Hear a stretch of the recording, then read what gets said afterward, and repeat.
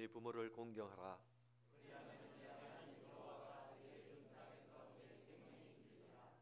살인하지 말라. 간음하지 말라. 도둑질하지 말라. 내 이웃에 대하여 거짓 증거하지 말라. 내 이웃의 집을 탐내지 말라.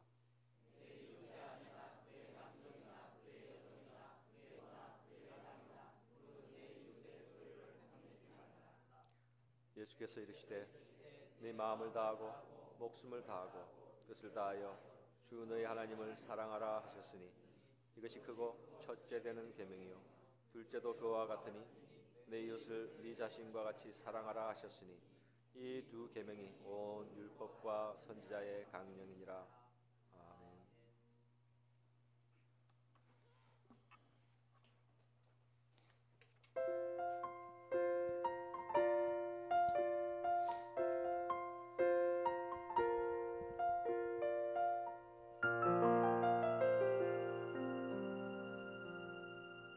주님과 함께하는 이 고요한 시간 주님의 보좌 앞에 내 마음을 쏟네 모든 것 아시는 주님께 감출 것 없네 내 맘과 정성 다해 주 바라나이다 나 염려하잖아도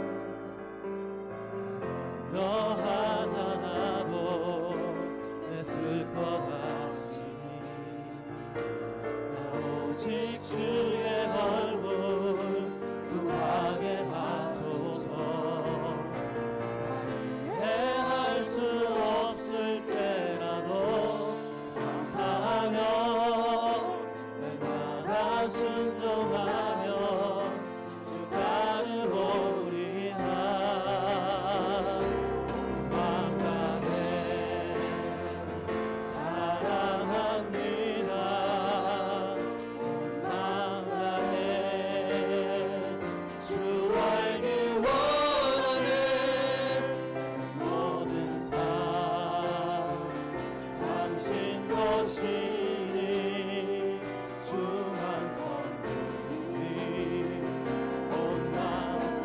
염려하잖아도 내 쓸 것 하시니 염려하잖아도 내 쓸 것 하시니 나 오직 주의 얼굴 구하게 하소서 오직 주의 얼굴 구하게 하소서 다 이해할 수 없을 때라도 감사하며 이해할 수 없을 때라도 감사하며 날마다 순종하며 온 맘 다해 사랑합니다 사랑합니다 온 맘 다해 주 알기 원하네 모든 삶 당신 것이 아멘 주만 온 맘 다해 사랑합니다. 온 맘 다해 사랑합니다. 온 맘 다해 온 맘 다해 주 알기 원하네 모든 삶 당신 것이니 주만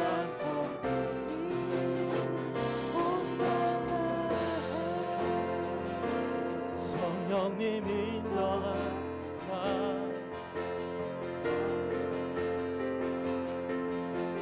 지금 내 안에 오셔서 성령님 인정합니다 성령님 인정합니다 경배합니다 지금 내 안에 오셔서 갈급한 내 영혼 오셔서 갈급한 내 영 채워주소서 지금 내 안에 오소서 성령님 인정합니다 성령님 인정합니다 찬양합니다 찬양합니다 지금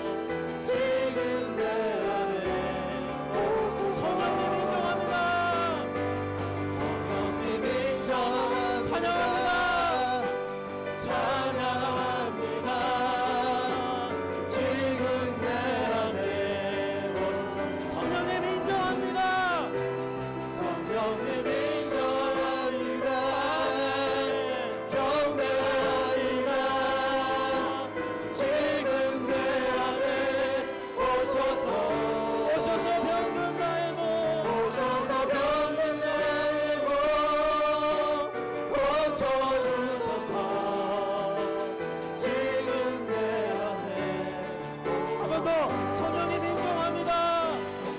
성령님 인정합니다.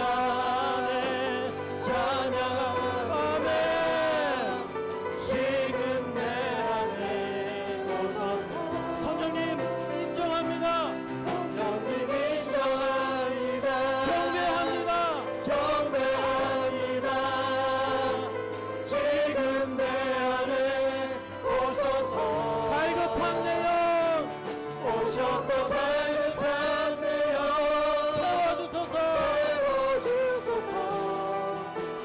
지금 내 안에 오셔서 내가 믿고 또 의지하는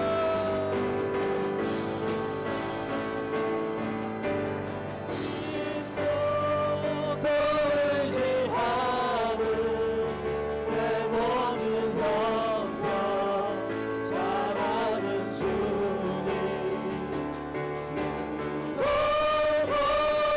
도와주실 것은 나는 확실히 내가 믿고 또 의지하는 내가 믿고 또 의지하는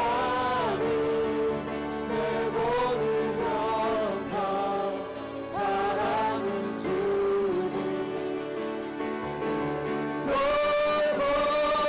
도와주실 것은 나는 확실히 아멘. 하나님의 은혜로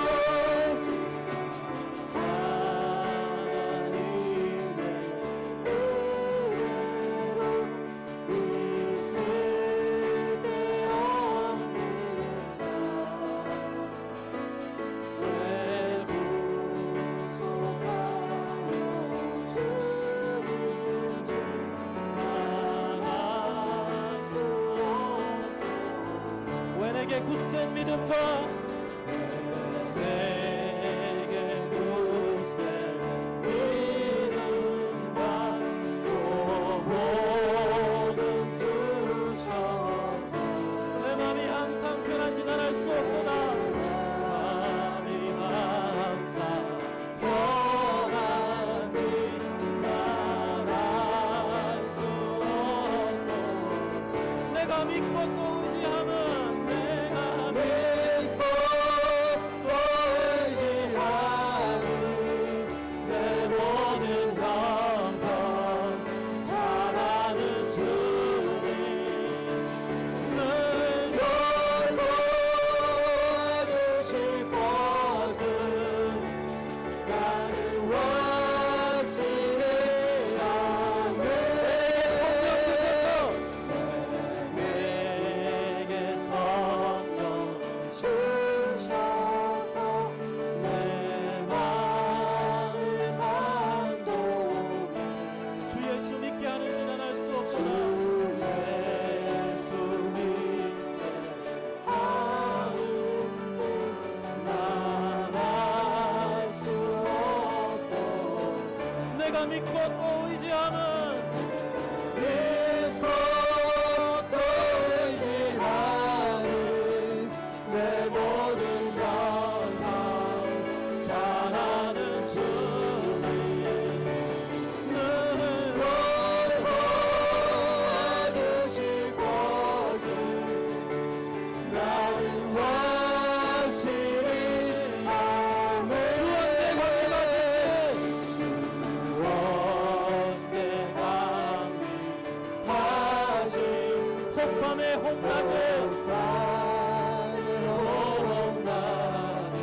또 주님 만날 그것도 난 할 수 없구나 주님 만날 그것도 난 할 수 없고 내가 믿고 또 의지하는 믿고 또 의지하는 내 모든 영광 잘하는 주님 늘 돌보아주실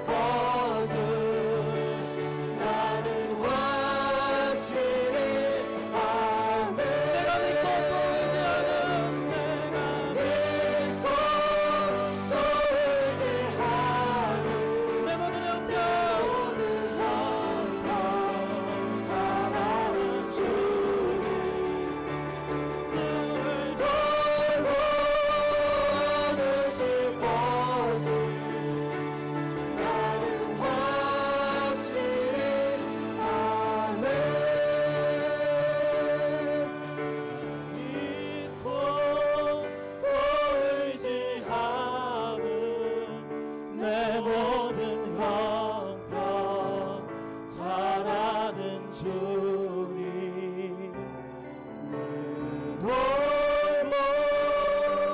돌보아주실 것을 나는 확신히 아네.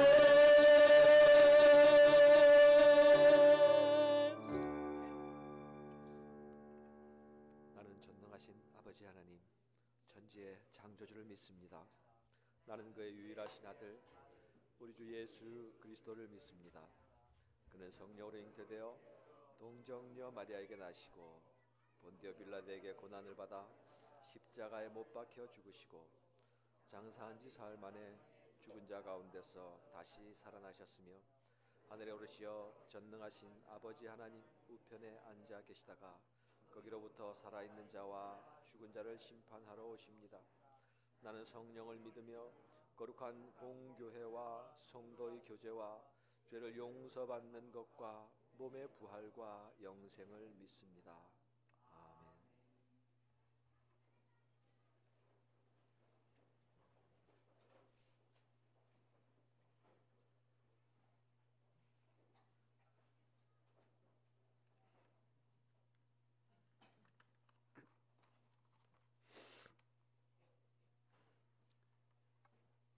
하나님 아버지 감사합니다. 천지 만물이시고 주관하시는 하나님이 죄인된 우리들의 아버지 되어 주시고 하나님이 친히 한 날을 정하셔서 하나님을 찬양하고 예배하는 자리로 불러주시니 감사드립니다. 거칠고 힘든 세상 일들 속에 지난 한 주간도 지켜주시고 생업의 터전에서 또 학업의 터전에서 자기가 있는 그 자리에서 맡은 본분을 다 행하며 아무 탈 없이 주님을 뵐 수 있는 자리로 인도하여 주셔서 감사와 찬송을 드립니다. 하지만 주님, 우리들이 심령이 주님을 예배하는 자리로 나오기에는 턱없이 부족하고 우리 지은 죄로 인하여 가슴이 떨리고 불편하며 주님을 만나는 이 시간이 괴로운 것을 주께 고백합니다. 죄는 세상에 만연하고 우리들은 주의 자녀라고 주님을 우리의 구원자로 고백하지만 사탄의 힘을 물리쳐 이겨내기에 우리의 믿음이 약한 것을 주님께 고백합니다. 살면서 우리는 사탄의 유혹에 넘어졌고 또 동조했고 스스로 가담하였던 것을 주님께 고백합니다. 주의 말씀을 들은 자로 주께 구원을 얻은 자로 모든 상황 가운데서 모든 행하는 일들 가운데서 살았어야 하는데 그렇게 살지 못할 것을 주께 고백합니다.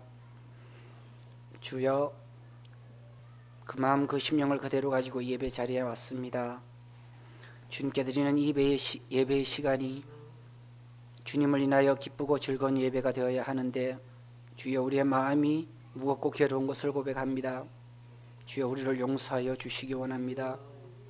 우리의 죄를 우리 자신보다 낱낱이 아시고 우리보다 먼저 슬퍼하시며 탄식하시며 안타까워하시는 우리 주님, 여기에 모여 예배하는 우리들의 죄를 용서하여 주시옵소서.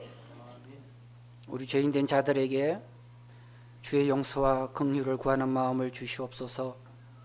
주님의 오래 참음과 불쌍히 여겨주심에 기대어 아프고 괴로운 마음 그대로 가지고 나와왔사오니 주여, 우리를 용서하여 주시고 긍휼을 베풀어 주시옵기 원합니다. 그리하여 예배의 자리에 나올 때 그 답답하고 힘든 심령 그대로 다시 가지고 세상으로 나가는 영혼 없게 하시고 용서하시는 주님의 능력과 아버지 되심을 믿고 평안함과 기쁨을 누리는 자들로 변화시켜 주시옵소서. 그리하여 주를 믿는 자로 세상에서 강건하게 살아가는 자들 되게 하여 주시고 주의 말씀으로 평안함과 믿음을 드러내는 자들로 살게 하여 주시옵소서. 은혜의 아버지 하나님, 우리 나눔교회를 이곳 방학동에 세우시고 지금까지 인도해 주심을 감사드립니다. 이제 교회의 여러 가지 외적인 많은 부분들이 갖추어져 가고 있습니다. 이제는 주님이 주신 이 교회에서 주님의 몸소 보여주신 사랑과 헌신을 실천하여 생명의 열매가 결실되어지기를 기대합니다. 교회 각 기관과 위원회에서 이 지역을 위한 탁구장 개방, 또 어르신들을 위한 식사 대접, 둘레길 차봉사와 같은 일들을 행하며 또 계획하고 있는 가운데 있습니다. 이 일들 가운데 주님의 영광이 드러나며 새로운 생명이 주님을 알아가는 역사가 일어나며 주를 알지 못하는 영혼들이 주님께로 나오는 일들이 나타나기를 기대합니다. 점점 주의 교회가 무시되어져 가고 주를 찾는 이들이 줄어가는 이 시대에 우리 나눔교회를 통하여서 주님을 알아가며 주님을 만나서 새로운 생명을 얻고 구원의 자리로 나아가는 삶들이 많아지기를 기대합니다. 이 일들을 위해 각자의 자리에서 보이지 않게 수고하는 손길들을 기억하여 주시고 그들의 수고와 땀과 눈물과 기도를 주님 들으시고 복 주시기 원합니다. 자신의 보물을 하늘에 쌓아두는 자들 되게 하시고 이 땅에서 주님의 행하라고 한 일들을 묵묵히 감당하는 자들의 기도와 열정과 수고를 우리를 주님 뵙는 그날에 우리 주님께서 계수하여 주실 것을 믿습니다. 주님, 우리 나눔교회 연약하고 병든 자들을 위하여 기도합니다. 위로하여 주시고 치료하여 주시옵소서. 김옥현 집사님과 우인진 목사님 부친 김명자 권사님 또 김세웅 형제 아버니와 윤준영 형제, 우리가 또 알지 못하는 분들이 육신의 크고 작은 질병으로 고통 가운데 있습니다. 치료하시고 회복시키시는 주님을 믿사오니 주여 속히 회복시켜 주시기를 기도합니다. 회복시켜 주시고 일으켜 세우시는 주님의 능력을 우리가 알고 믿고 간구하오니 속히 치료의 은혜를 베풀어 주셔서 모두 하나와 함께 찬양하고 예배할 수 있게 하여 주시옵소서. 하나님, 예배 이 시간 준비되지 못하고 또 분주한 마음 그대로 가지고 왔지만 주님의 말씀을 사모하여 모였습니다. 주님의 말씀 듣기를 즐거워하며 주님이 주시는 은혜 받기를 소원합니다. 주여 우리에게 말씀하여 주시고 주님 주시는 말씀으로 풍성한 예배가 되기를 원합니다. 말씀하여 주시고 영광받아 주시옵소서. 예수님의 이름으로 기도합니다. 아멘.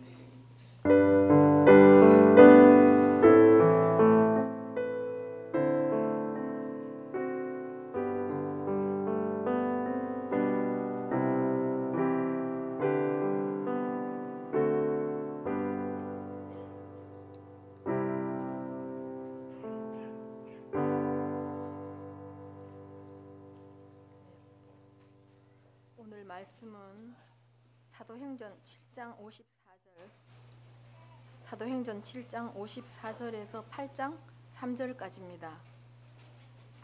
7장 54절에서 8장 3절까지 말씀입니다. 그들이 이 말을 듣고 마음에 찔려 그를 향하여 이를 갈거늘 스데반이 성령 충만하여 하늘을 우러러 주목하여 하나님의 영광과 및 예수께서 하나님 우편에 서신 것을 보고 말하되 보라 하늘이 열리고 인자가 하나님 우편에 서신 것을 보노라 한데 그들이 큰 소리를 지르며 귀를 막고 일제히 그에게 달려들어 성 밖으로 내치고 돌로 칠세 증인들이 옷을 벗어 사울이라 하는 청년의 발 앞에 두니라. 그들이 돌로 스데반을 치니 스데반이 부르짖어 이르되 주 예수여 내 영혼을 받으시옵소서 하고 무릎을 꿇고 크게 불러 이르되 주여 이 죄를 그들에게 돌리지 마옵소서 이 말을 하고 자니라. 사울은 그가 죽임 당함을 마땅히 여기더라. 그날에 예루살렘에 있는 교회에 큰 박해가 있어 사도 외에는 다 유대와 사마리아 모든 땅으로 흩어지니라. 경건한 사람들이 스데반을 장사하고 위하여 크게 울더라. 사울이 교회를 잔멸할세 각 집에 들어가 남녀를 끌어다가 옥에 넘기니라.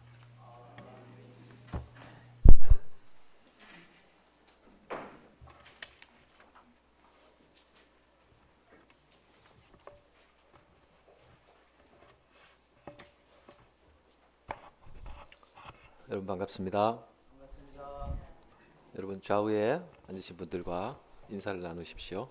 함께 예배하게 되어서 감사합니다.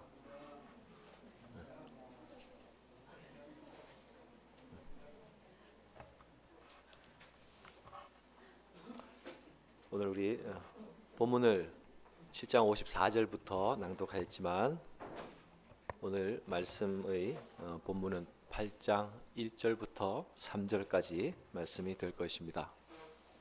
다시 한번 잠시 기도합니다. 하나님 아버지, 이 시간 주께서 우리 가운데 오셔서 우리 심령에 말씀하여 주시옵소서.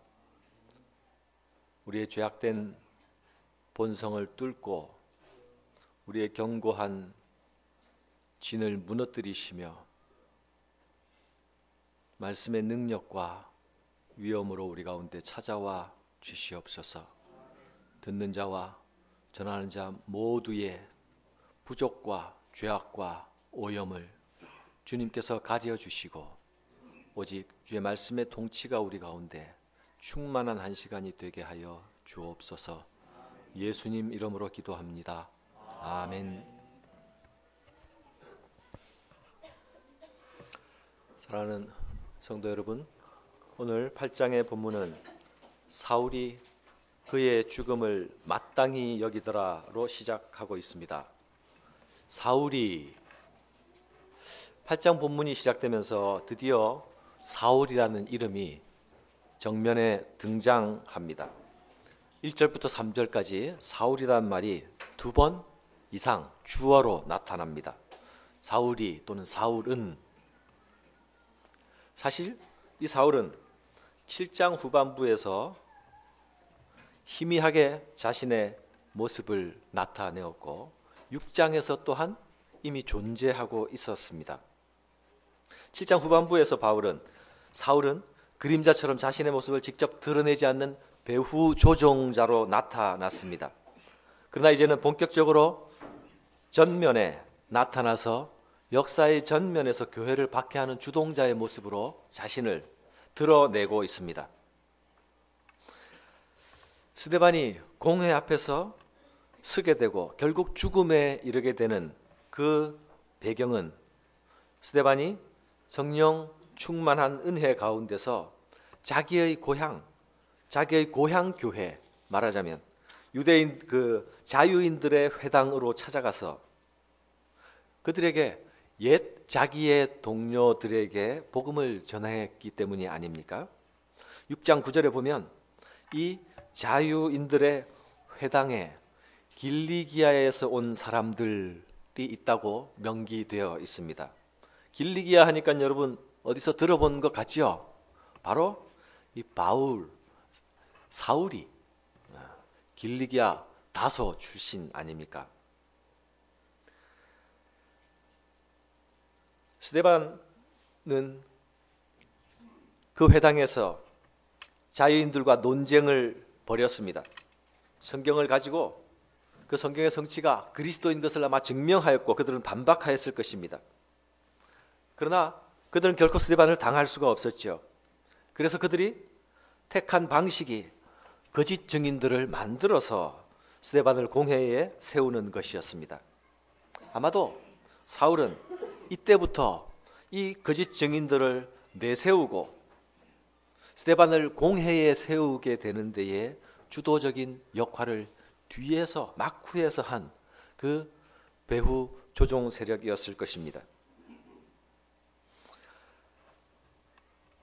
그러나 누가는 지금까지 그가 사울이라는 것을 나타내지 않았습니다. 그의 익명성을 보장하면서 그가 진정 누구인지에 대해서는 적극적으로 밝히지 않고 침묵하고 있었습니다. 그러나 스데반의 죽음의 과정을 통하여서 이 박해자 사울의 모습이 점점 수면 위로 부상하고 있습니다. 스데반을 돌로 친 야수 같은 사람들은 자신들의 옷을 벗어서 사울의 발 앞에 두었습니다. 이것이 무슨 의미입니까?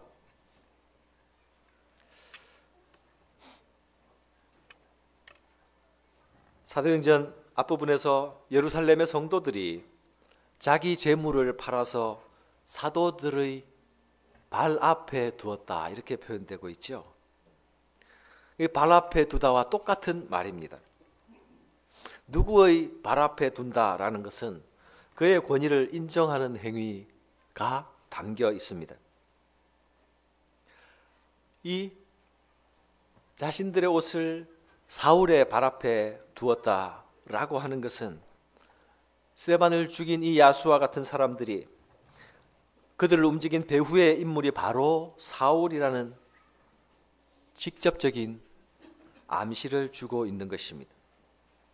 사울은 바로 이 야수들을 키우고 조종하여서 스데반과 교회를 대적하는 그 중심에 서 있었던 사람입니다.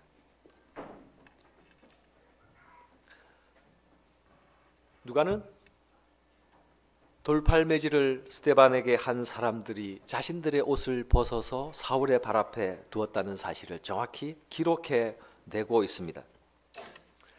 옷을 벗어 발 앞에 두는 행위, 사실 이 종교적인 재판이나 이 돌팔매질로 인한 처형을 당하게 될 때에 이 돌팔매질을 당하는 벌을 받는 사람은 옷을 먼저 벗기우고 그리고 맨몸으로 돌을 맞아야 합니다. 그러니 그 죄를 진 사람이 자신이 죄인이었다는 것을 확인하는, 이 사람이 죄인이라는 것을 확인하는 또 다른 한 방법으로 그의 옷을 벗겨내는 것입니다.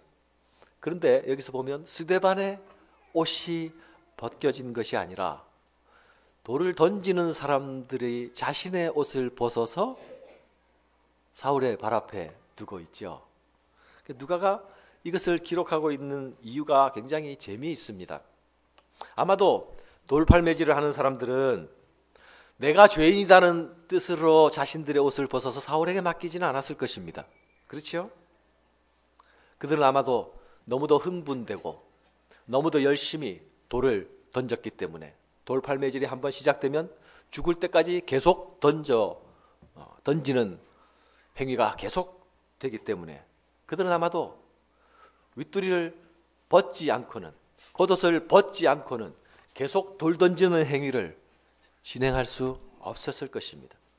그 가운데 자기들의 조종 인물, 조종 세력에게 자기 옷을 벗어 맡겨두는 행동을 누가는 비꼬아서 지금 표현하고 있습니다. 어떻게 비꼬입니까?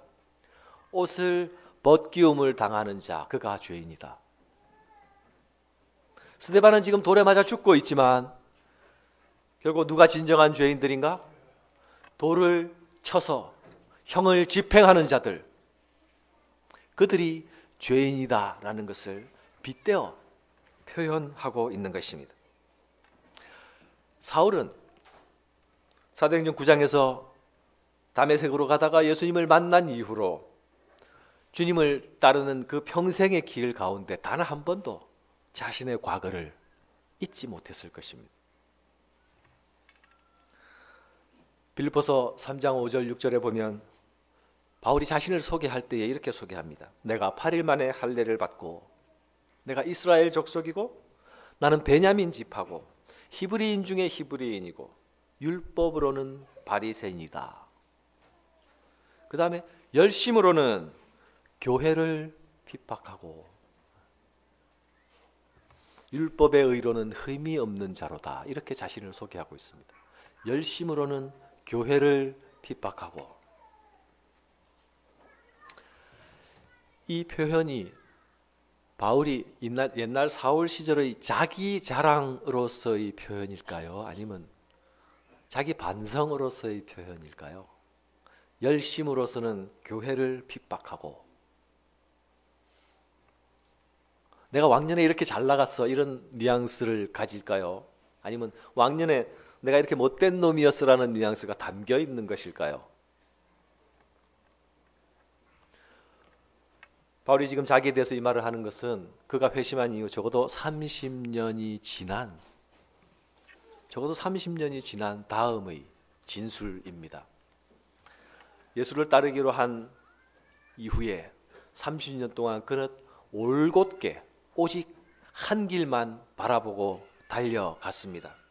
그럼에도 불구하고 그가 예수를 따르기 이전에 자기가 교회를 향해 가졌던 태도와 행동, 핍박, 그것을 결코 그는 잊지 못했습니다.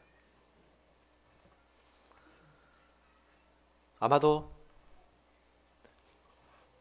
제 생각으로는 성경에는 한 번도 그렇게 나타나지 않는데 바울이 평생 동안 사역을 하면서 이 스데반의 얼굴이 그의 가슴 안에서 사라지지 않았을 것이다 생각됩니다.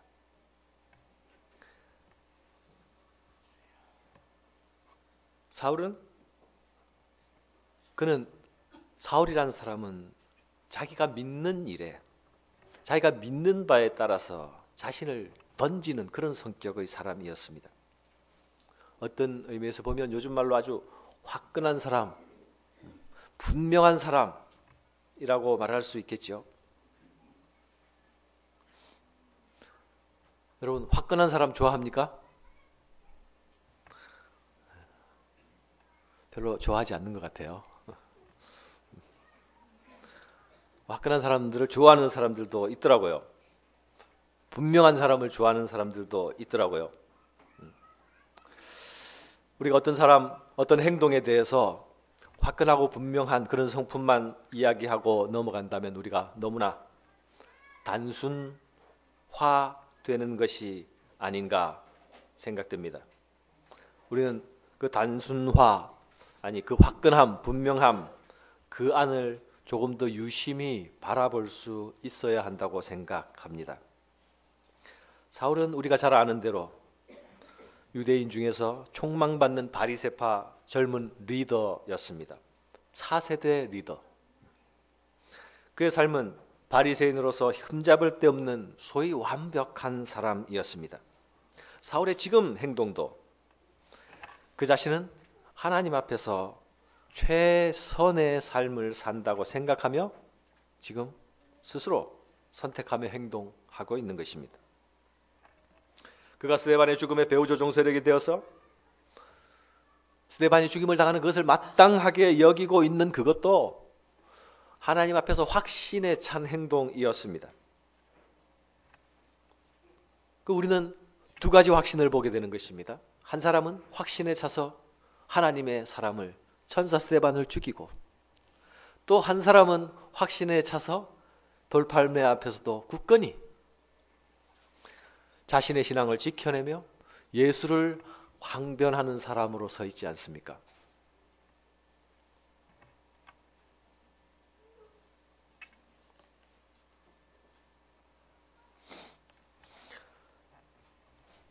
두 가지 확신이 충돌하는 경우가 종종 생깁니다. 사울의 이런 분명함, 화끈함, 이런 성품, 일반적인 평가를 하자면 모자람보다는 탁월함이나 충분함으로 더 표현되는 것이 맞다고 보여집니다. 일반적인 시각에서는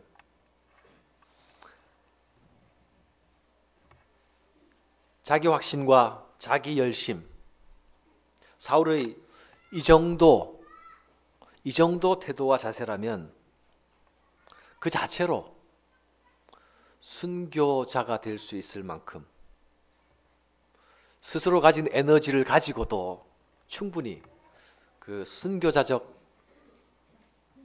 자질을 만들 수 있을 만큼 그런 열심인 것 같습니다. 그러나 한편으로 생각해 볼 때에 그 열심이 자기의 종교적인 신념도 넘어서서 보다 더 과도한, 한술 더 뜬 행동을 하게 만드는지 모릅니다. 그는 열심 있는 사람이 분명했습니다. 그러나 그 열심은 방향을 잘못 잡은 열심이었습니다. 우리는 때로 열심히만 살면 나중에 하나님 앞에서 무죄방면이 되고 정상 참작이 될 것이라고 생각하지 않습니까? 난 잘 몰랐고 그냥 내가 하나님 앞에서 열심히 한다고 했는데 라고 하면 하나님이 그때 네가 잘 몰라서 그랬지, 이렇게. 우리의 과도한 열심은 우리로 하여금 앞도 뒤도 돌아보지 않고 오직 앞만 보고 눈을 감고 달리게 만들기도 합니다. 방향 없는 열심은 가끔씩 사고를 치게도 만듭니다. 사울이 굳이 개종한 그리스도인이 되지 않았다 하더라도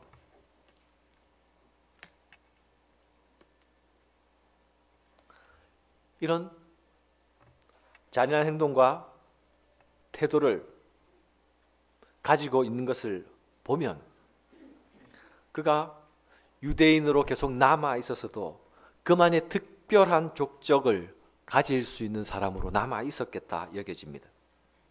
그런데 그는 사실은 당대의 최고의 엘리트였습니다. 당대 최고의 학자라고 하는 그 가말리엘의 수하에서 수학한 가말리엘의 제자 아니었습니까? 이 가말리엘은 당대에서뿐만 아니라 후대에도 굉장한 큰 선생으로 인정받던 대단한 사람이었습니다. 근데 우리가 이미 가말리엘이 어떤 사람인지 조금 볼 수 있지 않았습니까? 베드로와 사도들이 체포되어서 공회 앞에 섰을 때에 그들이 죽임을 당할 위기에 놓여 있을 때에 가말리엘이 이렇게 충고했죠. 이 사상과 소행이 사람에게서 났으면 무너질 것이요 만일 하나님께로 났으면 너희가 저희를 무너뜨릴 수 없겠고 도리어 하나님을 대적하는 자가 될까. 굉장히 지혜로운 사람이라는 것을 우리가 이미 보아 알고 있습니다. 그런데 사울은 이 예수를 따르는 무리에 대한 이 자기 스승 가말리엘의 입장과 태도를 분명히 잘 알고 있었을 터인데도 불구하고 그는 스승보다 한 발 더 나아가 아니 두 발쯤 더 나아가서 행동하는 극단적 선택을 합니다. 이것이 그의 젊음 때문이었는지 결코 젊음 때문은 아니라고 봅니다. 여기 청년 사울이라고 소개되고 있지만 적어도 나이가 30대에서 40대 사이 정도 되는 시기였을 것으로 생각되는데요. 그가 스승보다 더 하나님에 대한 열심이 있어서였는지 아니면 그가 나는 내 스승을 넘어서야 되겠다라고 생각해서였는지 동기는 알 수가 없습니다. 아무튼 지금 그가 나타내고 있는 그의 행동은 아주 극단적이고 잔인하기까지 합니다. 성경에서 그의 행동을 표현할 때에 그를 야수, 즉 짐승으로 빗대어 표현하는 것을 볼 수 있습니다. 3절에 교회를 잔멸할세라고 표현한 대목에서 쓰인 이 단어는 짐승이 먹잇감을 향해서 한 번에 낚고채기 위해서 달려들어서 그 먹잇감을 움켜쥐고 그리고 마주 찢어 발기면서 먹어치우는 것을 표현할 때 사용하는 바로 그 단어입니다. 그러니까 마치 사울이 지금 스데반과 교회를 향해서 가지는 태도는 야수의 행동, 야수의 태도 그것과 같았다라고 말할 수 있습니다. 피에 굶주린 한 마리의 짐승이 먹잇감을 향해서 마구 사정없이 달려드는 그것이 사울이 스데반과 교회를 향하여 가졌던 태도였다. 이런 사울이 스데반의 죽임에 대해서 그가 죽인 것을 조금 애석하게 생각하는 것이 아니라 마땅히 당할 일을 당했다고 여겼다고 1절에 기록하고 있는 것입니다.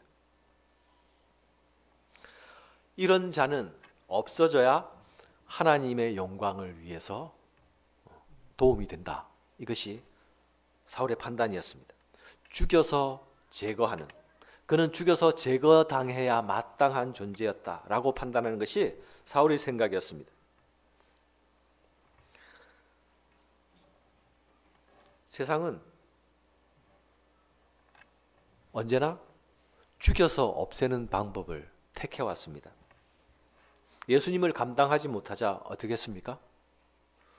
십자가에 매달아서 없애지 않았습니까? 사도들을 감당하지 못하자 어떡합니까? 공회에 넘겨서 죽이려고 하지 않습니까? 그들은 결국 사도들도 야고보도 나중에는 바울도 다 세상은 죽여서 없애는 방법을 택합니다. 그래서 없어진 것이 무엇입니까? 2000년 기독교의 증거는 세상이 없앤 것은 아무것도 없다는 것입니다. 목숨을 가져가긴 했지만 그들이 없애고자 한 그것은 없어지지 않았습니다. 죽이고 죽일수록 복음은 더욱더 왕성해 갔습니다. 마치 그들이 없애버리려는 그 예수 바이러스는 그들이 그 바이러스를 제거하기 위해서 흘리게 만드는 순교자의 피는 바로 그 바이러스의 확산 통로였습니다. 피를 통하여 급속히 전파되는 예수 바이러스, 이것이 복음의 확장의 역사입니다. 핍박과 복음과의 상관관계는 언제나 교회사 속에서 일관적으로 나타납니다. 핍박이 있는 곳에 또 비밀한 하나님 나라의 확장이 일어나는 것입니다. 중국 기독교가 문화혁명 이전까지 약 450만에서 500만으로 추정되어 있었습니다. 문화혁명 이후로 주계장막 시절 세상으로부터 꽁꽁 닫혀있는 중국 20년 동안에 기독교에 대한 철저한 박해가 이루어졌습니다. 목사들을 죽이고 가두었고 예수 믿는 사람들을 모두 가두었고 성경책을 모두 찾아서 불태웠습니다.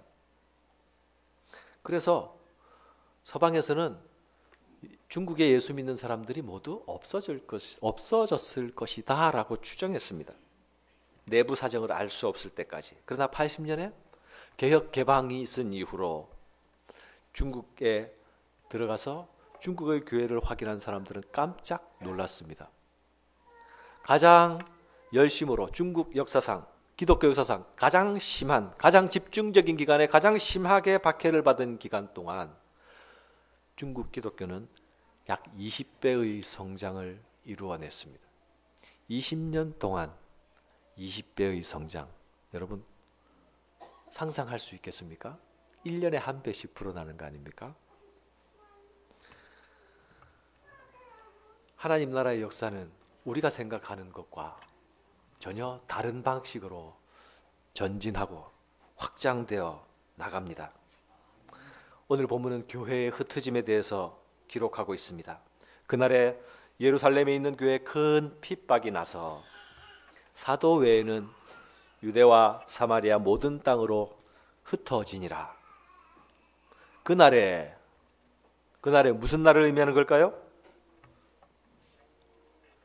스데반의 순교 사건과 관련된 그 날입니다. 예루살렘에 있는 교회, 여기서는 교회를 단수로 표현하고 있습니다. 예루살렘 전체의 교회를 하나의 교회로 표현하고 있습니다. 여기에 큰 핍박이 일어나자, 핍박이 어떤 형태로 일어났는가 하면 사울이 각 집을 방문해서 수색해서 남녀를 끌어다가 모두 끌고 가는 형태의 핍박이 일어났습니다. 근데 각 집을 방문할 때에 아무 집이나 방문한 것이 아니라 소위 예루살렘 안에 많이 부분적으로 흩어져 있던 그 가정교회로 모이는 그 집들을 찾아가서 수색하고 남녀를 모두 끌어내었던 것입니다. 남녀를 모두 끌어내었던 것은 굉장히 이 박해의 철저함, 잔인함을 나타내 줍니다. 보통 남자만 끌어내는 것이 상식적입니다. 당대에. 그런데 여자도 가리지 않고 모두 끌어내었습니다. 이것이 바울이 앞장서서 전면에 나타나서 주도적으로 하고 있는 일입니다. 3절에 사울이 교회를 잔멸할세 이렇게 되어 있죠. 그런데 원문에는 사울이 앞에 그러나가 있습니다. 그러나 사울이,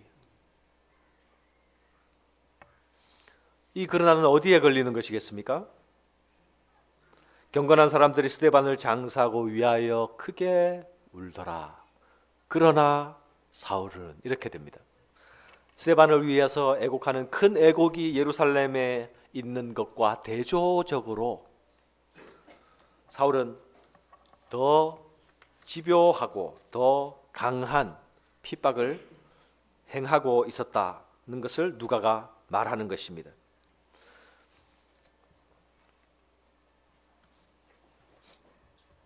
이 핍박이 임하자 교회가 흩어집니다. 유대와 사마리아로 흩어졌다 이렇게 기록되어 있죠. 사실은 소아시아, 유대와 사마리아를 넘어서 소아시아 각 지방으로 흩어진 사람들도 많이 있었습니다. 그런데 누가는 소아시아는 언급하지 않고 유대와 사마리아로 흩어졌다 이렇게 표현하고 있죠. 이것은 생략을 통한 강조 형식입니다. 왜 소아시아의 다른 지방은 언급하지 않고 유대와 사마리아만 언급하고 있는가? 이것은 바로 사도행전이 시작할 때에 주님께서 승천하시면서 하셨던 약속, 사도행전 1장 8절의 약속이 지금 점점 성취되어 가는 진행 과정 속에, 성취의 과정 속에 있다는 것을 누가가 말하고 싶어 하는 것입니다.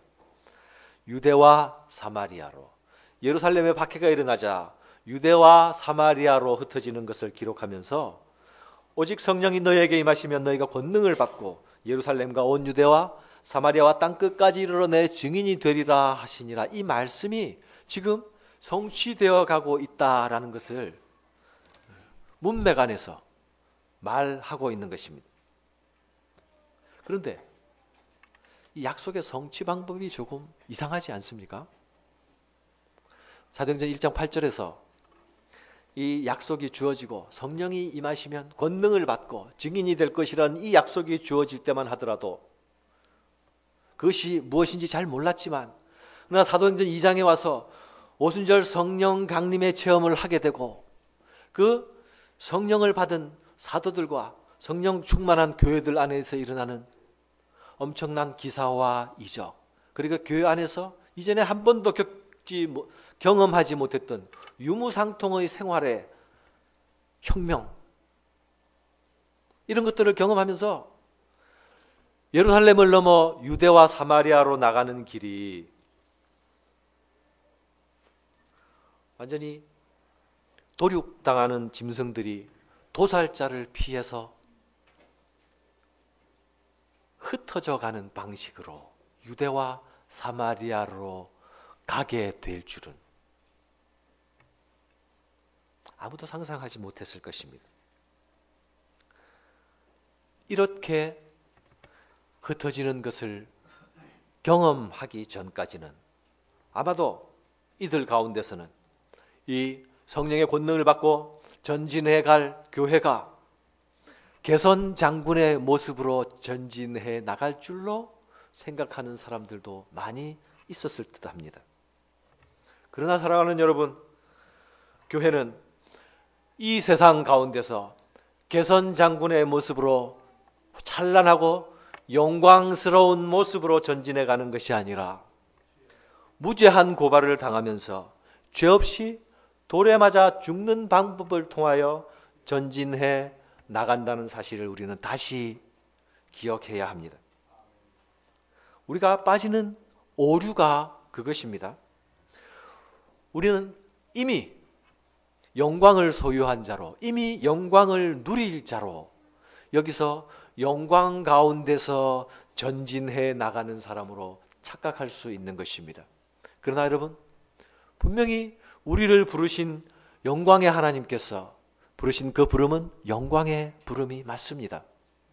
그러나 우리가 여기서 누릴 영광은 그날에 누릴 영광의 잠시 맛보기일 뿐이고 장차 누릴 영광은 그날에 예비되어 있습니다.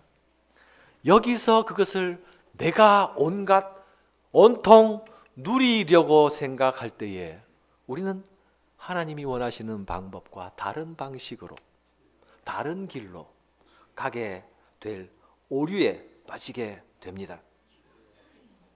누가 죄 없이 고발당하고, 누가 죄 없이 돌 맞아 죽고, 누가 도살당하는 짐승의 모습으로, 도살자의 손길을 피해 도망하는 삶의 모습으로 살기를 원하는 사람이 여기 누가 있습니까? 여러분 중에 누가 있습니까? 아무도 그 모습을 사모하는 사람들은 없을 것입니다. 그러나 주님이 우리에게 주신 그 약속의 성취 방법은 다분히 역설적인 모습으로 우리에게 나타나고 있습니다. 주님은 우리에게 영광의 길로 초대하시면서 그 영광의 길을 따라오려거든 누구든지 고난의 길을 통과해야 한다고 말씀하시지 않았습니까? 누구든지 나를 따르려거든 자기 십자가를 지고 나를 따를 것이니라. 제자도에 대해서 그렇게 말씀하시지 않았습니까? 제자들과 초기 그리스도인들은 아마도 오순절 성령 강림 후에 새 힘을 얻고 복음의 전진에 대한 큰 확신 가운데 있었을 것입니다. 그들이 예수의 이름으로 명할 때에 안전병기가 일어나고, 그들의 손에서 표적과 기사가 일어나고, 그들이 기도할 때에 또는 손을 내밀 때에 병자들이 낫고 귀신들이 쫓겨나가는 그런 일들이 일어날 때에, 그때까지는 적어도 교회가 이렇게 흩어질 줄은 아무도 생각하지 못했을 것입니다.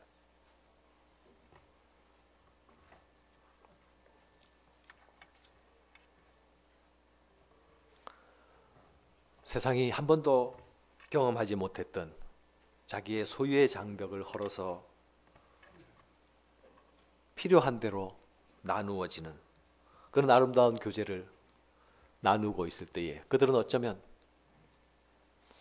모일 때마다 이대로를 외치고 있었을지 모릅니다. 여러분 이대로 아시죠? IMF 때 그게 나왔다더라고요. 이대로. 강북 사람들은 아니고 강남 사람들만. IMF 때 갑자기 경제 사정이 안 좋아지니까 가난한 사람들이 더 불편해지고, 차를 몰고 다니는 사람들이 기름값이 비싸니까 차를 두고 대중교통을 이용하게 되고, 그러니까 서울의 길이 뻥뻥 뚫려서 외제차를 타고 다니는 사람들이 다니기가 너무 좋았다는 거 아닙니까? 그래서 그들이 밤에 모일 때마다 이대로를 외치면서 건배 했다는 이야기를 저도 들었습니다. 예루살렘 교회 교인들은 아마도 이런 신나는 방식으로 복음이 유대와 사마리아 땅으로 확장되어 나가기를 기대하였을 것입니다. 그러나 하나님은 그들 가운데 큰 핍박을 주심으로 그들을 모두 흩어버리셨습니다. 야수의 추격에 도망하는 그리스도인들이 젠걸음을 하면서 흩어지는 가운데 이것이 하나님께서 계획하고 계시는 세계 구원의 한 방편인지는 그들은 도망하는 그 걸음에서도 아직 몰랐을 것입니다. 그들의 도망가는 길이 결코 기쁨과 즐거움으로 가지는 않았을 것입니다. 자신들의 삶을 터전을 버리고 다른 것으로 피해가는 이 길은 분명히 그들이 원했던 삶의 방식과는 거리가 멀었을 것입니다. 그러나 사랑하는 성도 여러분, 우리가 주님을 따르다가 또는 주의 일을 하다가 복음을 위해 싸우다가 내가 원치 않는 일과 내가 원치 않는 어려움을 만날 수 있습니다. 아니, 반드시 만나게 됩니다.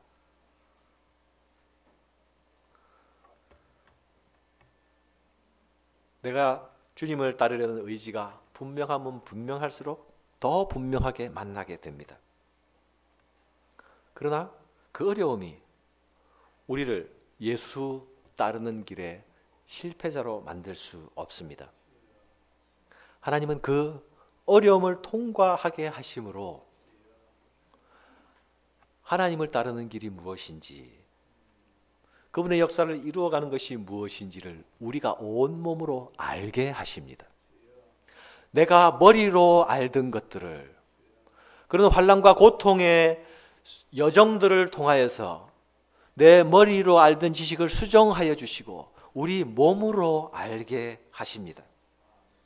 하나님은 우리가 그분의 뜻대로 가고자 소원할 때에 우리가 그 마음을 먹는 것만으로도 기뻐하십니다. 왜냐하면 그것이 하나님의 일이기 때문입니다.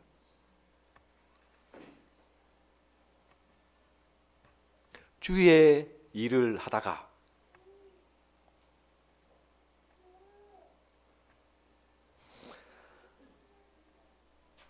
여러분들 주의 일을 하다가 가면 나는 해당 사항이 없네 라고 생각하는 분은 혹시 안 계십니까? 이 주의 일을 하다가는 내가 어떤 타이틀을 가지고 또 교회와 관련된 어떤 일에만 한정되는 일이 아니라는 것을 여러분이 아시죠? 여러분의 생애와 여러분의 삶이 이미 주님 앞에서 결단되고 드려진 것이라고 한다면 여러분의 가장 사소한 생활과 일상의 현장도 주의 일을 하는 현장이 될 수 있지 않습니까? 문제는 우리가 그것을 자주 잊어버린다는 것이죠. 주의 일을 하면서도 나의 일을 하는 것처럼, 주의 일과 분리된 것처럼, 세상 일만 하는 것처럼 그렇게 우리가 착각하는 것이 문제인 것입니다. 여러분의 가장 평범한 반복되는 일상의 영역을 주의 일로 다시 환원시키십시오. 주의 일의 영역으로 다시 볼 수 있기를 바랍니다. 그렇다면 여러분의 일상이, 여러분의 반복되는 삶의 현장이 주를 위한 사역의 현장이 될 수 있을 것입니다. 그렇다면 여러분이 만나는 싸움이 주를 위하여 주와 함께하는 싸움이 될 수 있을 것입니다. 우리가 만나고 넘어야 하는 곤경과 환난과 싸워야 하는 싸움을 쉽게 하는 비결이 여기에 있습니다. 내 싸움이 나만의 싸움이 되게 하면 내 안의 자원으로만 싸워야 되기 때문에 힘들 수밖에 없습니다. 승패도 장담을 못합니다. 그러나 우리의 싸움을 주님의 싸움이 되게 한다면, 하나님의 싸움이 되게 한다면 그것은 이미 결정되어 있는 승리에 우리가 가담하게 되는 것 아닙니까? 우리의 일상을 주의 것으로 환원시키고 우리의 삶의 방향과 길들을 다시 처음 하나님 앞에 작정하고 각오했던 그 위치로 돌려놓고 그 시선으로 내 현장을 바라보는 그 시각이 다시 회복될 수 있기를 바랍니다. 1절은 성도들의 흩어짐과 사도들의 흩어지지 않음을 대조하여서 표현하고 있습니다. 모든 성도들이 떠난 예루살렘을 사도들만 지키고 있었습니다.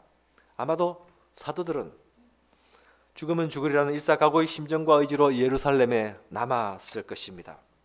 어떤 사람들은 이 사도들만 남았다는 것을 가지고 굉장히 박해자들과 이들 간에 어떤 모종의 거래가 있거나 또는 성경에 나타나지 않는 어떤 그 관계가 있기 때문에 사도들이 남아 있을 수 있었다라고 추정을 합니다. 한 가지는 이 박해자로 대표되는 사울을 중심으로 한 박해 세력은 예루살렘 안에 있는 유대 교도들을 중심으로 한 그리스도인 무리와 또 이방 땅에서 온 소위 헬라파로 불리우는 그리스도인들 무리 가운데서 헬라파로 불리우는 그리스도 무리들은 그들이 쉽게 어떻게 이렇게 저렇게 할 수 있었는데 반해서 유대적 뿌리를 두고 있는 예루살렘의 원래 터전을 가지고 있던 사람들의 그룹에 대해서는 쉽게 손을 댈 수 없었다라고 추정하기도 합니다. 그런 상상은 일견 굉장히 가능성 있는 상상일 것 같습니다. 그러나 사도들만 남아 있었다. 이것은 사도들 외에 모든 사람들이 다 헬라파 그리스도인들이었지는 아니지 않습니까? 그죠? 그러니 사도들이 예루살렘을 남은 것은 그런 어떤 힘의 관계 속에서 이루어진 어떤 것이라기보다는 주님이 너희는 그 예루살렘을 떠나지 말고 라고 말씀하신 그 말씀을 사도들이 기억하며 지키는 그 순종의 일환으로 사도들은 박해의 과정 가운데서도 예루살렘을 지키고 있었다라고 보는 것이 더욱 맞을 듯 합니다. 사도들이 뭐 하는 사람들입니까? 주님께서 이들을 제자로 부르실 때에 내 양을 치라, 내 양을 먹이라 하면서 제자로 부르셨고, 이제 주님이 떠나신 이후에 그 목양을 감당할 자로 있어야 하는 자들 아닙니까? 이들이 소위 예루살렘을 버리고 쉽게 떠나버린다면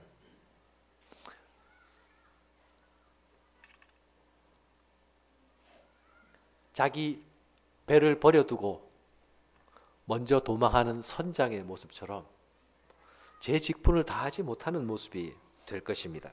실제로 6.25 때에 이북 지역에서 사역을 하던 목회자들이 1.4 후대 때에 함께 피난 내려오면서 교회를 지키지 못하고 내려온 것에 대하여서 거기서 순교하지 못하고 내려온 것에 대해서 평생 죄책감을 가지는 모습을 본 적이 있습니다. 목자의 심정은 그런 것입니다. 양들은 야수가 오면 그냥 피하면 됩니다. 그것이 당연합니다. 그러나 목자의 시각은 조금 다릅니다. 양들을 지켜야 하고 또 양들을 양육할 터를 함께 지켜야 하는 것이 목자의 태도이죠. 누가는 단지 성도들의 떠남과 사도들의 남음을 대조시키고 있지만 사도들이 남아 있었다는 데 대한 긍정적인 평가도 부정적인 평가도 하지 않습니다. 그냥 덤덤하게 기록하고 있습니다. 그러나 사도행전에서 사도들의 사역을 이 예루살렘 중심으로 기록하는 것은 당연한 일입니다. 실제로 사도행전에서 예루살렘이 복음 전도와 교회 확장의 중심부, 사령부 역할을 하고 있었던 것을 알 수 있습니다. 빌립이 사마리아에서 복음을 전파해서 많은 개종자들을 얻게 되었을 때에 예루살렘에 있는 사도들이 이것을 확증해 주었습니다. 베드로가 로마의 백부장 고넬레 집에 복음을 전파했을 때도 역시 예루살렘 교회가 그것을 확증해 주었습니다. 스데반의 박해로 인해서 흩어졌던 디아스포라 유대인 신자들이 안디옥에서 복음을 전파할 때에도 예루살렘 교회가 이것을 인정해 주었습니다. 이런 사실은 예루살렘 교회가 밖으로 퍼져가는 복음, 전파되는 복음과 함께 확장되는 하나님 나라의 그 중심에서 확장의 진원지 또는 전진의 교두보 역할을 예루살렘이 감당하고 있었다고 볼 수 있습니다.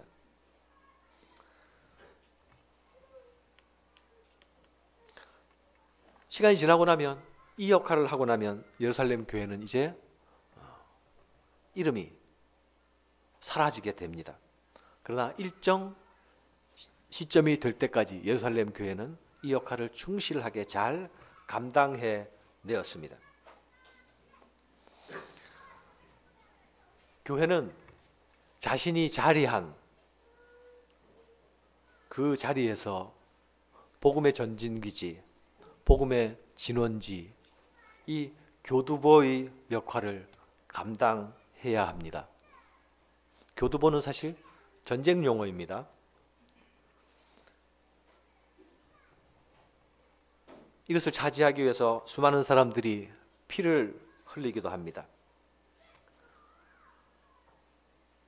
교회 일원인 우리는 우리의 역할과 우리의 위치를 인식하고 공유해야 할 필요가 있습니다. 우리가 어떤 일을 시도하려고 하게 되면, 우리가 어떤 일을 주를 위해서 계획하고 또 행하려고 하게 되면 그 일에는 이런저러한 반대와 공격이 있을 수 있습니다. 각 개인에게 올 수도 있고 또한 모든 사람에게 동시에 올 수도 있습니다.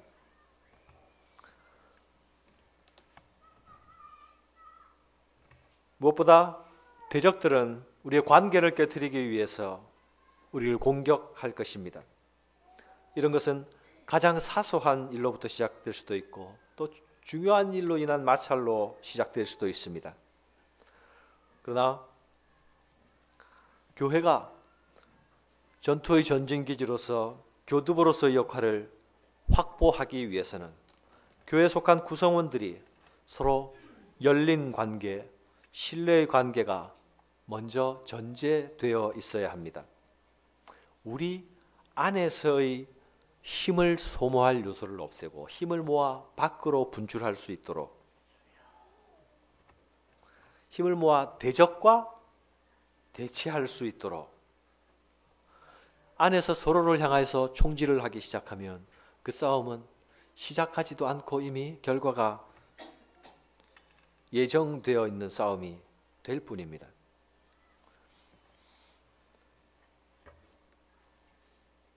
우리 교회가 지역교회로서 무언가 해야 된다는 부담을 언제나 가져왔던 것 같습니다.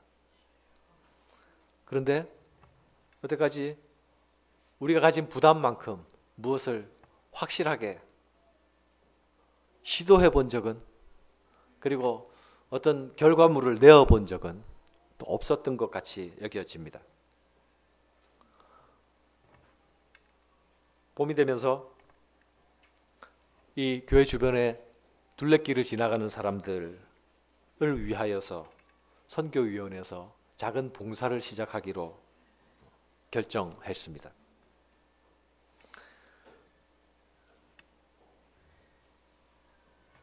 처음 마음을 내신 분들이 가진 뜻이 있을 것이고 또한 이들이 제기한 그 뜻들에 대하여서 동의한 사람들의 마음들도 있으리라고 생각됩니다. 이 시도가 그냥 한번 해보는 것이 아니라 전투하는 교회의 한 모습을 보여주는 아름다운 시도가 될 수 있기를 바랍니다. 봉사자들이 n분의 1의 부담을 감당함으로 유지되어가는 그런 봉사가 아니라 n분의 1은 당연히 감당할 뿐만이 아니라 누군가가 그 일을 위하여서 앞장서고 희생할 수 있는 사람이 나오는 그런 봉사였으면 더 좋겠습니다. 아무런 조건도 제시하지 않고 지나가는 행인에게 차를 한 잔 제공하는 이 일이지만 이 일을 우리가 진지하게 대하게 될 때에 앞으로 지역을 향해서 어떤 마음으로 무엇을 하여야 될 것인지를 주님이 우리에게 보여주시리라고 믿습니다. 오늘 본문에는 마지막으로 경건한 사람들이 스데반을 장사했다고 기록되고 있습니다. 여러분들 중에 조금 예리하게 본문을 보시는 분들은 스데반을 장사한 사람들이 그리스도인들이 라고 표현되어 있지 않네. 제자들이라고 표현되어 있지 않네. 라고 생각하셨을 것입니다. 누가의 표현 방식에 의하면 제자면 제자, 그리스도인은 그리스도인, 또는 믿는 사람들이면 믿는 사람들, 이렇게 표현되어야 마땅한데 스데반을 장사한 사람들이 그냥 경건한 사람들이라고 표현되고 있습니다. 여기서 경건한 사람들이란 어떤 특정한 부류를 지칭하는 말입니다. 유대인이 아니면서 유대교로 개종하여서 유대교에 합류해 있는 사람들의 무리, 그들을 경건한 사람들이라고 부릅니다. 그러니 여기서 경건한 사람들은 누구이겠습니까? 스데반이 고소당하고 스데반이 변론하고 돌에 맞아 죽는 광경을 함께 지켜보다가 이 죽음은 부당하다. 이것은 잘못된 집행이다. 이 공격자들은 무죄한 사람을 죽였다라고 판단하는 자들이 누구였겠습니까? 바로 스데반이 자기가 고향 교회, 고향 회당으로 돌아가서 복음을 전하고자 했을 때에 거기에 있던 무리들, 자유인들의 회당 소속 사람들일 가능성이 가장 많습니다. 그들은 아직 그리스도인이 아니지만 스데반이 그곳에 가서 성경을 가지고 예수 그리스도에 대해서 증거하게 될 때에 스데반의 적극적인 반대자들은 그와 변론하고 쟁론하여서 스데반과 이기지 못하기 때문에 분노하였고, 그래서 없애기로 방향을 틀어 나갔지만 그 가운데 스데반의 이야기를 듣고 과연 그런가 하고 중립적인 입장에서 보던 무리도 분명히 존재했을 것입니다. 그들은 스데반이 고발당하고 공회에 서고 핍박당하는 이 현장까지 와서 그 추이들을 지켜보았습니다. 그리고 이 스데반의 죽음을 위하여서 애곡합니다. 사실 오늘 1절부터 3절까지의 본문의 핵심은 이 스데반의 장사입니다. 스데반의 장사의 일을 중심으로 앞뒤가 박해의 이야기로 구성되어 있는 것입니다. 이 스데반의 장례는 큰 애곡, 큰 울음으로 표현되고 있습니다. 교인들은 어디에 있었을까요? 예루살렘 교인들은, 그리스도인들은 어디에 있었을까요? 분명히 그들도 함께 슬퍼했을 것이고 그들도 울었을 것입니다. 그런데 누가는 이 경건한 자들의 큰 울음에 대하여서 기록하고 있습니다.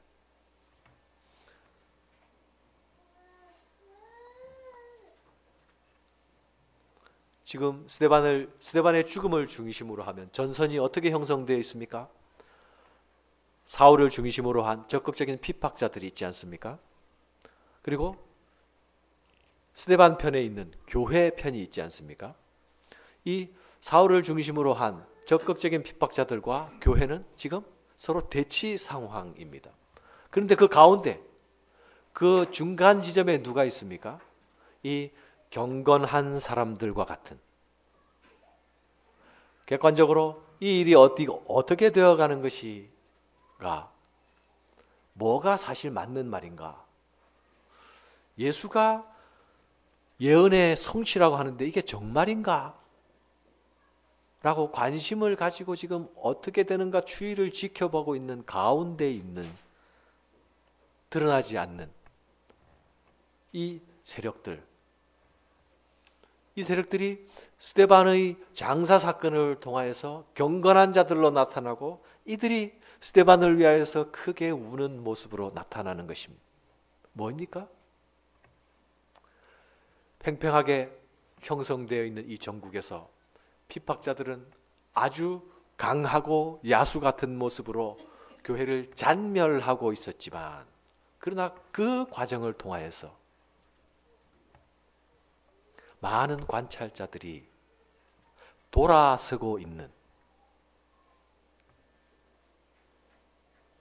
스데반의 증거를 듣고 그 증거가 참인지를 확인하고 있는 과정 중에 있는 모습을 보여주고 있는 것입니다. 사랑하는 성도 여러분, 교회는 교회 안에서 우리들을 통하여서 지지받고 동조받고 위로하고 서로 슬퍼하는 것으로 그치지 않고 우리의 어떤 행위, 어떤 행동에 대하여서 세상의 중립적인 관찰자들로서도 교회는 정말 교회답구나. 교회가 하는 것을 가만 보니까 틀린 게 없네. 이 사람들 정말 제대로 가고 있네. 라고 하는 중립적인 관찰자들의 지지와 동조를 이끌어낼 수 있는 그런 모습을 가질 수 있어야 합니다. 살아있는 교회의 모습이 그러해야 하는 것입니다. 고대 근동 지방에서는 죽어서 장사되지 못하는 것을 가장 큰 불명예로 여겼습니다. 스데반은 돌에 맞아 죽었기 때문에 사실 그 시체를 마음대로 처리할 수 없습니다. 그냥 뜯겨 새들에 의해서 뜯겨 죽여져야 합니다. 그런데 이 경건한 자들이 스데반을 데려다가 장사를 지냅니다.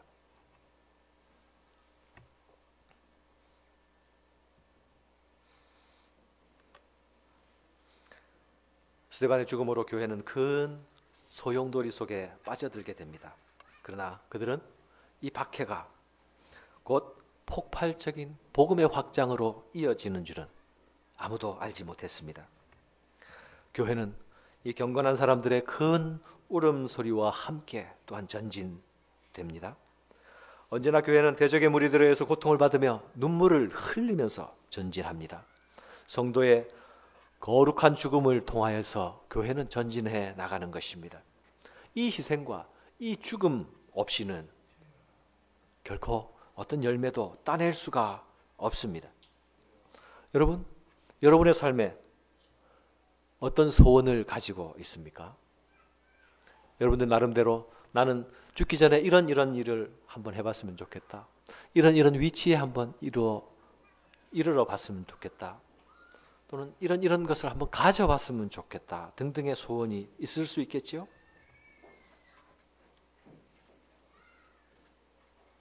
소원은 있으시죠? 소원도 없는 것처럼.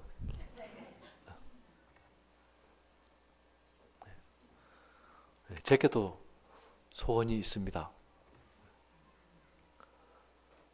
저는 죽기 전에 어떤 위치에 이르러야 되겠다. 죽기 전에 뭘 가져보면 좋겠다. 이런 소원은 없습니다.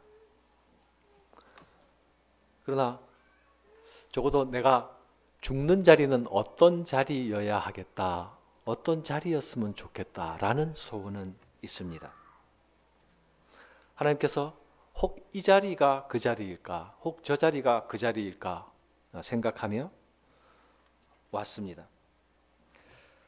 제가 양산으로 외국인 사역을 하면서 내려갈 때도 혹 하나님께서 이 자리에서 나를 불러가실 것인가? 라고 하면서 내려갔더랬습니다.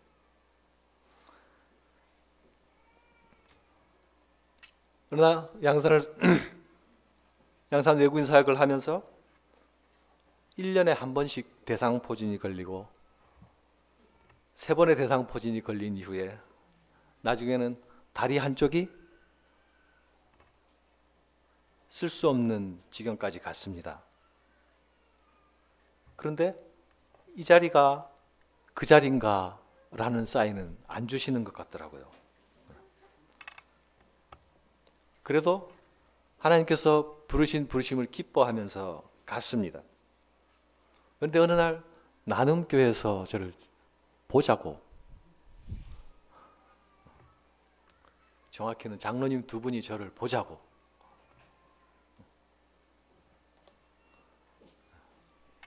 결과적으로 제가 지금 여러분 앞에 이렇게 서 있습니다. 송 목사가 왜 지금 나눔교회 와서 서 있을까? 여러분 속으로 그런 생각 많이 하시죠? 궁금한데 송 목사가 한마디도 안 하니까 물어보고도 싶죠?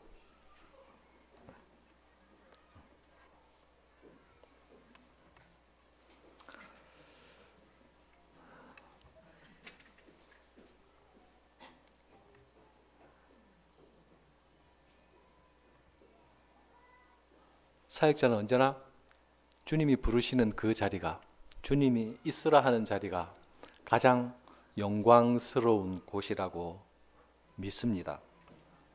그리고 내가 원하는 곳이 아니라 주님이 원하시고, 내가 가고 싶은 곳이 아니라 주님이 가라 하시는 그곳에 순종하며 가 있는 것이 최선의 선택이라고 믿습니다. 저도 저희 미래를 알 수 없습니다. 그러나 여전히 가지고 있는 한 소원은 주님께서 저를 데려가실 때에 제가 주님이 원하는 정확한 그 자리에서 주님이 원하시는 정확한 그 일을 하다가 숨이 끊어지는 그 축복을 누리기 원합니다. 이것이 저희 소원입니다. 말씀을 맺습니다. 사도행전은 성령의 능력으로 살아가는, 성령의 능력으로 확장되는 교회의 모습을 아주 리얼하게 이 모습 저 모습을 보여주고 있습니다. 오늘은 성령의 능력으로 살되 죽임당하는 삶으로, 도망자의 삶으로 나타나고 있는 그리스도인의 모습을 보여주고 있습니다. 언제나 하나님께서 우리에게 원하시는 삶의 방식은 우리가 그리고 싶은 그림과 다른 것 같습니다. 우리는 세상과도 함께 가고 세상도 즐기면서 가기를 원하지만 하나님께서는 우리를 세상을 거스려 가라고 말하시고, 하나님도 즐겁고 나도 즐겁고 그러면 좋겠는데 하나님은 언제나 나의 본성을 거스려 가라고 요구하십니다. 그래서 때때로 우리가 하나님 앞에서 눈을 질끈 감고 싶을 때도 있고 귀를 틀어 막고 싶을 때도 생깁니다. 그러나 여러분 이 땅에서 얼마나 더 많은 호흡을 하시겠습니까? 하나님께서 여러분에게 호흡을 주시는 날들 동안에 정말 꼭 이루어야 할 일이 무엇이겠습니까? 여러분이 주님 앞에 서게 될 때에 주님이 박수 치면서 인정해주는 그 자리에 있기 위하여서 여러분 오늘도 싸우고 계십니까? 이 싸움에서 승리하는 여러분이 되시기를 바랍니다.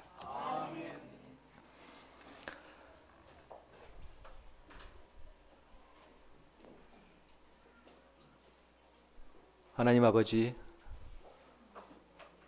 누가의 증언을 통하여서 보여주는 이 생생한 역사를 우리가 돌아보면서 아버지께서 우리와 교회를 향하여 무엇을 요구하시며 무엇을 기대하시는지를 우리로 알게 하여 주시옵소서. 우리의 삶의 자리를 돌아보게 하시고 우리의 틀어진 좌표를 수정할 수 있게 하여 주셔서 주의 기쁨이 우리의 기쁨이 되는 그 은혜 가운데로 우리에게 들어갈 수 있게 하여 주시옵소서. 예수님 이름으로 기도합니다. 아멘.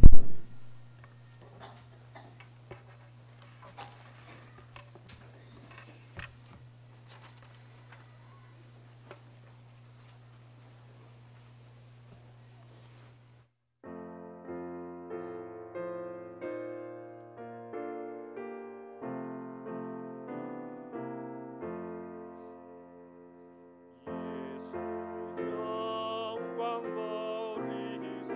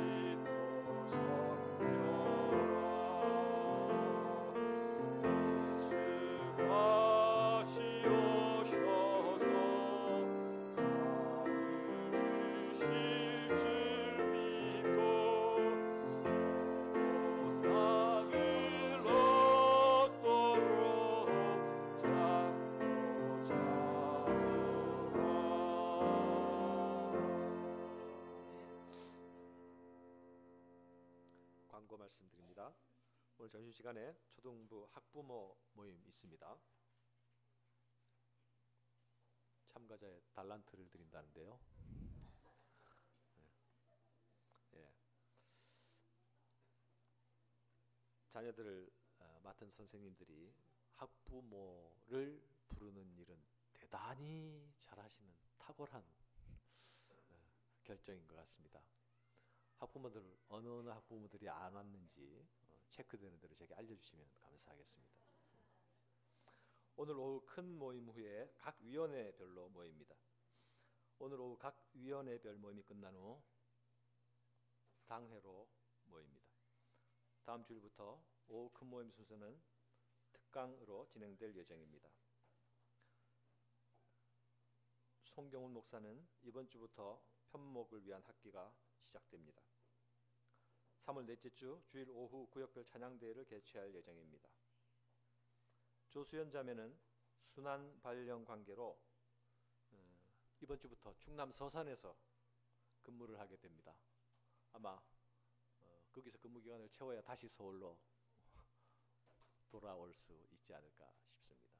교제위원회에서 이 조수연 자매를 위하여서 선물을 준비했다고 합니다. 조수연, 이경천 앞으로 나와 주십시오.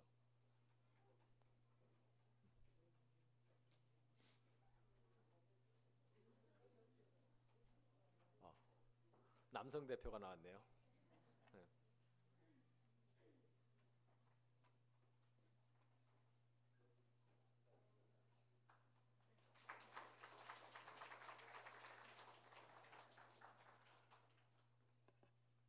오늘 예배에 처음 참석하셨거나 방문하셨거나 하시는 분이 계시면 자리에서 잠시 일어나 인사해 주시기 바랍니다. 우리 다미가 호주에 갔다가 오랜만에 온 것 같고요. 일어나서 인사 한번 하지.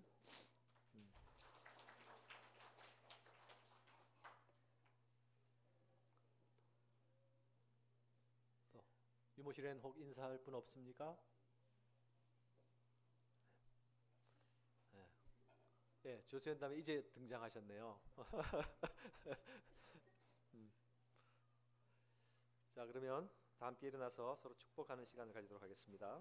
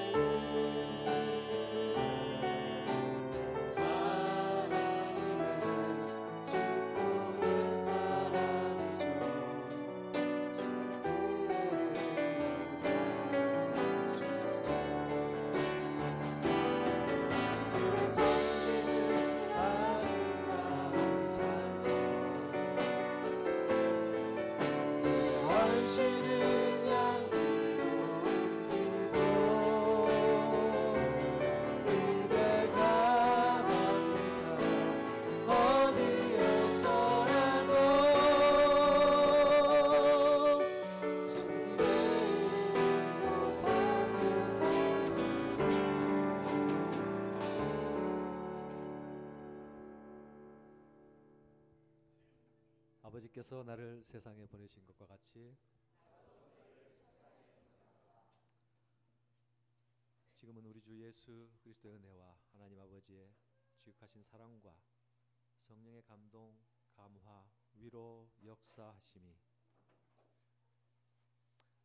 하나님 앞에서 다시금 우리의 부르심을 생각하며 복음과 하나님의 나라를 위하여서 어떻게 우리가 다시 재조정되며 다시 일어서야 할지를 생각하며 각오하는 모든 사람들의 머리 위에 지금부터 영원까지 항상 함께 계실지어다.